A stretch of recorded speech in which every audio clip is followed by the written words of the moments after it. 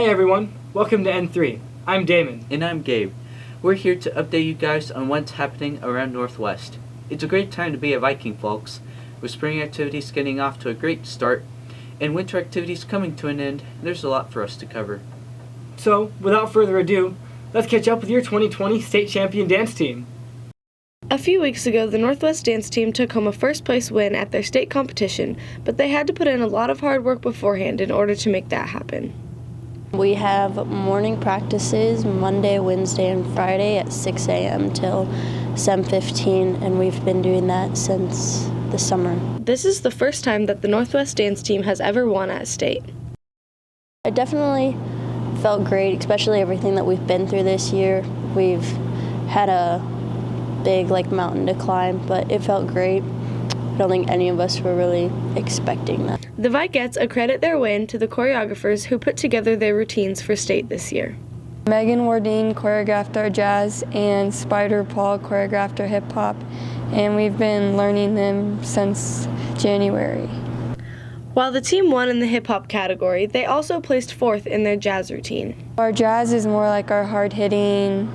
That's the hardest category for us, and then hip hop is more of the style and fun songs. To the team, it's a lot more than just a few dances. It's a combination of all of the hard work that they've put in behind the scenes leading up to state this year. Definitely everyone's hard work and work ethics, and then our coach, of course, because she plays a big part in making sure our routines are clean and everything is correct. Imagine being that flexible. I'd hurt myself picking up my pencil when I drop it in class. For those of us who are less than physically fit, there are still activities for us to enjoy. That's right. Many students around Northwest have picked up a game that certainly isn't new to the mobile gaming scene.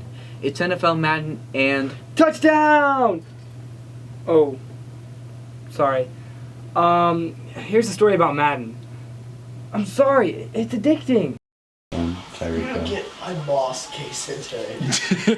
Crazy. NFL Madden 20 is a video game on the rise here at Northwest High School. Definitely a football video game. That's about that. Madden is a football game that you just can play with your friends. Senior Colin Elliott and sophomore Kason Hazelton elaborate on the things that separate Madden 20 from past versions. Madden 20 is different from Madden 19 because there's different players, there's different setups. I think the biggest difference is definitely the X factors. What that is it's just the really good players who have really good abilities can get in the zone is what they call it, and they just go off on their abilities and they're beasts. Madden is often a great way to cure boredom. I play maybe once every day if I get bored. I play it for maybe an hour or two a day. With musical, I'm really busy right now, but on a good Saturday when I don't have nothing to do, that's usually the go-to game I play. I probably play with Blake and Brendan Burt the most. Different game modes keep players interested and engaged. I'm a big draft guy. Just destroy people in drafting. My favorite part about Madden is definitely Ultimate Team mode. You basically just start from the ground up on your team. You start with all 60s and you do challenges and play against real people online to try to upgrade your team and be the best. Everyone has a go-to player, and these two will tell us theirs. Oh, for sure, Mike Vick. Nobody else. All the way with Mike Vick. One time in Ultimate Team Draft, I got 96 Kyler Murray. He was really fun to play with because I just like running with quarterbacks. Kason and Colin were sure to give us their opinion of each other's playing styles. Definitely Kason just sucks at Madden. I know for a fact that Colin is garbage because he's on PS4. It's just so bad. Despite the high level of competitiveness, Madden is all fun and games at the end of the day. Hear me out, Gabe. There is no way my 93 overall team can lose this tournament. There's just, I promise, it has to win. Enough about Madden. Let's just continue with more important things. What's more important than football? Football's been part of American culture since the ball was literally a pigskin. Its roots are deep in the hearts of Americans. An activity that no matter who you are or where you come from... Abraham Lincoln would be proud of that speech. You know, all that 7 years ago stuff, Mr. Seidler would be proud too. Speaking of, he's our feature this week for N3 Cribs.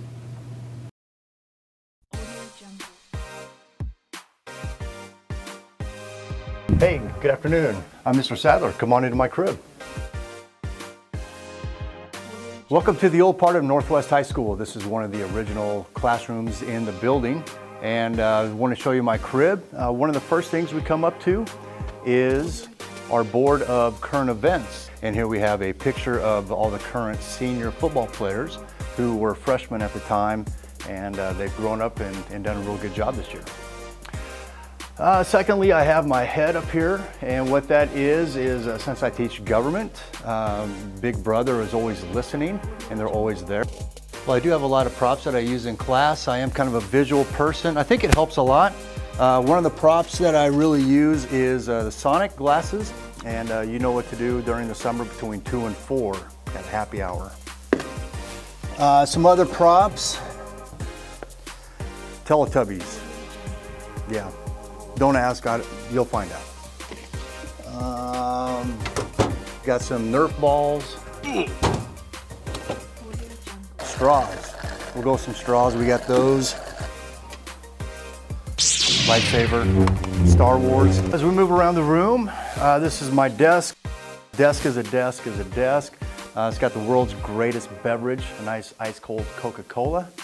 This is my Archie Bunker zone. So if you know who Archie Bunker is, be sure to come and tell me and you'll get the Archie Bunker prize.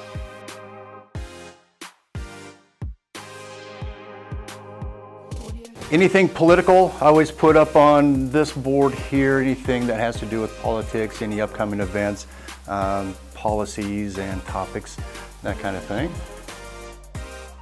I've got my Viking, I think that used to belong to Coach Rose. I don't know how I acquired that, but thank you whoever that was.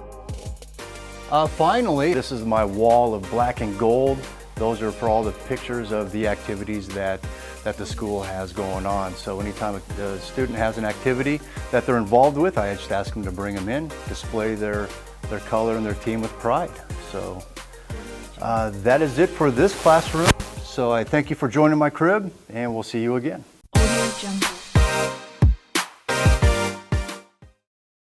I might have fallen asleep while Mr. Sadler was talking about social issues in the 1960s. If only there was a way to see what it was like back then, while also giving the audience a chance to laugh and relate to characters in a story. Oh wait! What? I'm confused. The Northwest musical this year is Hairspray, and we caught up with some of the students bringing the story to life. The Northwest Music Program puts on a musical every year. This year's musical is Hairspray. Hairspray is just a fun show. It has great music, great characters, and really when we started looking at all the students we had, we figured that's probably the best show we could do with them. It highlighted all the kids, had a lot of leads, a lot of dancing. The singing was pretty tough, but overall it just fit the students we had. I think I'm just really excited for the public to see the show. The kids have been working really hard. The set looks great. Dancing is fantastic, and it's a fun show that I think the audience is really going to love. I expect that it'll be a good turnout and that it'll be really fun and amazing. It usually is. I think people are excited to see, with all the changes that's been going in the program, what will happen with this, and so I hope people enjoy it. The musical program has gone through a lot of changes this past year. I think the transition this year has been really smooth, probably because we know a lot of the kids already from show choir. I would say they've adapted and reacted the same way they have to everything. We keep raising the bar and they keep going for the bar and reaching and exceeding it, and we raise the bar again, and I mean they've been amazing. There are many different characters in Hairspray. Each have their own traits. I played Tracy Turnblad, and Tracy is a plus-size teenager who lives in the 60s in Baltimore, Maryland. And during that time, it was very prejudiced and racist and just not very accepting for a plus-size girl, but she just loves everyone and is striving for change. Good luck to the musical performances on March 19th through the 22nd. I'm definitely going to get a ticket to that. The tickets usually sell fast, so it's hard to get in. You know what else is hard to get into? Summer weights. Some kids never get to see the weight room during the summer.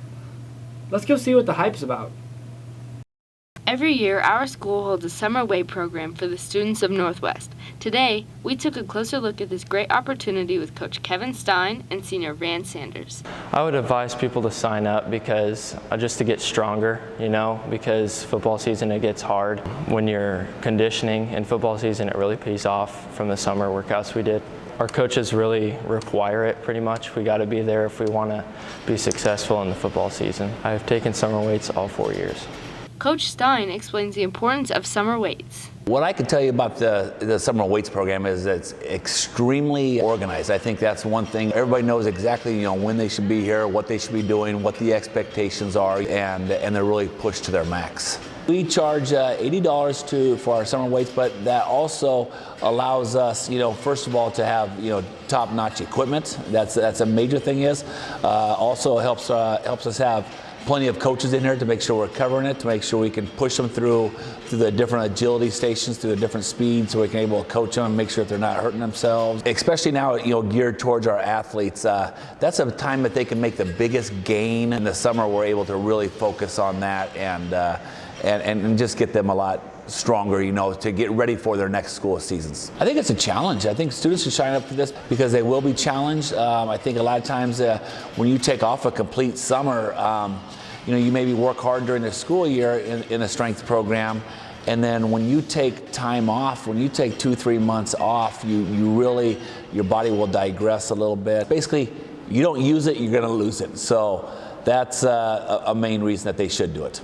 The additional things that we offer here at Northwest that's opposed to a lot of other schools that do it is just the amount of coaches that we have involved in it, sponsors, and the leadership down. Like I said, starting out with Coach McNeil, Coach Sorensen, down to the other coaches, and so it ends up being just an awesome environment. There's not a minute that's wasted to any student that signs up for it and buys into the program. Did you see some of those guys? I bet I could stack up if I upped my workout. Keep dreaming, bud. I just watched you struggle to pick up your book bag a minute ago. No, you didn't. I didn't struggle with it. It's just making sure I didn't throw out my back. You know who could actually stack up? Grady Griess, state wrestling champion from here at Northwest. We caught up with him after his victory at state. Hi, I'm Grady Griess, and I'm your 220-pound state champion. To conclude Grady Griess' senior year wrestling season, he brought back not his first, but his second gold medal from the NSAA state tournament. With a lot of confidence going into the championship match, Griess took on Bennington's Garrett Minky. I kind of just had it in the back of my head that I wanted to go out there and just dominate and do everything I can to get my opponent's shoulders to the mat. Being a senior, Grady focused on himself throughout the season, but showed just as much support for his teammates as well. Honestly, I'd say semis are the most fun, just because the whole team's there and they're competing to get a medal, and that's just a great opportunity. Returning to the tournament for a second year in a row, things changed for Grady from the previous season, but that didn't stop him. It gave him the motivation he needed. I think he was really determined to get it. Obviously, he had a lot of pressure on him, but the coaches before the match were really scouting him out a little bit, and I just told him to go out and do what he does best. Last year, it wasn't expected for me to win, so it was a lot more fun, just like revenging my loss from the year before.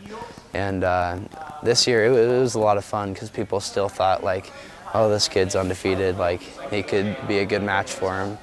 But it was a lot of fun just to go out there and prove myself once again. Much was needed to be done coming into this tournament. Griess and Seabrants knew exactly what that was going to take.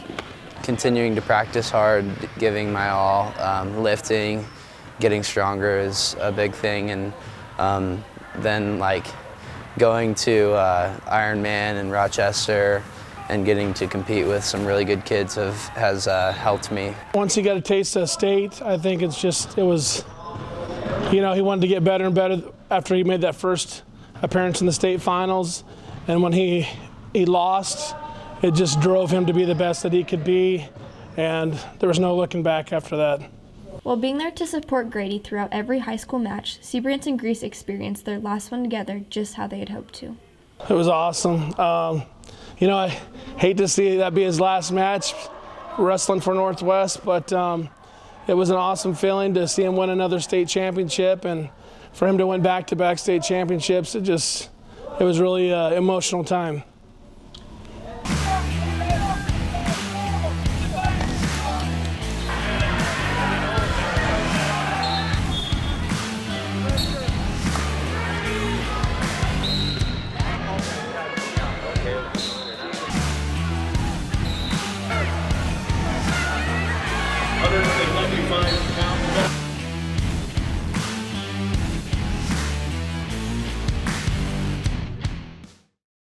And now, ladies and gentlemen, the part of the broadcast you know and love, Cribs. Gabe, this is the part where you say Viking in the Village. Oh, whoops. Viking in the Village. Hi, welcome back to another week of Viking in the Village. My name is Jack Butler, and this week's question is, if they get vegetable oil from vegetables and olive oil from olives, how do they get baby oil? Let's find out. From babies. How so? You see, they collect all the tears that they cry, because babies are like babies and they cry all the time. Okay, so the baby oil isn't from the baby, it's for the baby. How do they get it though? Suppose if they squeeze a baby real hard. Oil from babies does not rejuvenate babies. But the vegetable oil is from vegetables. I said in that case. But in that case. It comes from other oils. It's just for babies. Like the oil you put in your car, they put that on the babies? Absolutely not. Yes. Essential oils on the Don't you smoke essential oils? I do.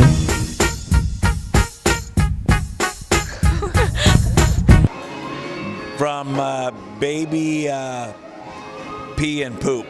They take the good products out of the pee and the poop and they somehow mix it and then we use it. They made it for babies to get oiled up with. So how did they make the baby oil though? They scientifically engineered it. How are babies made? Well, hold on, let me rephrase that. If they make vegetable oil from vegetables and olive oil from olives, how is baby oil made?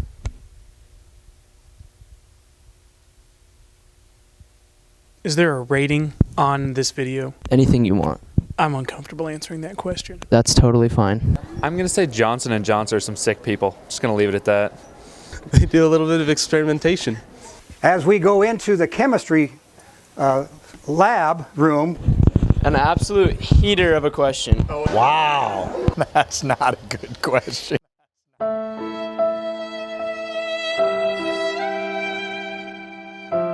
Because that's vegetables, oil. No. There's no way that you can't put those two together, three things together. Why not? That's just not good, guys. I just got asked about Cupid, so no, babies, no way. Do you think they got baby oil from Cupid? No, still no. You try, good try. Still no. babies. Babies? From babies. Babies. Babies? Babies. Babies. Babies. They just squish them. No clue. That's all for this episode of N3. Thank you guys for watching, and don't forget, tune in next time. Bye. Bye.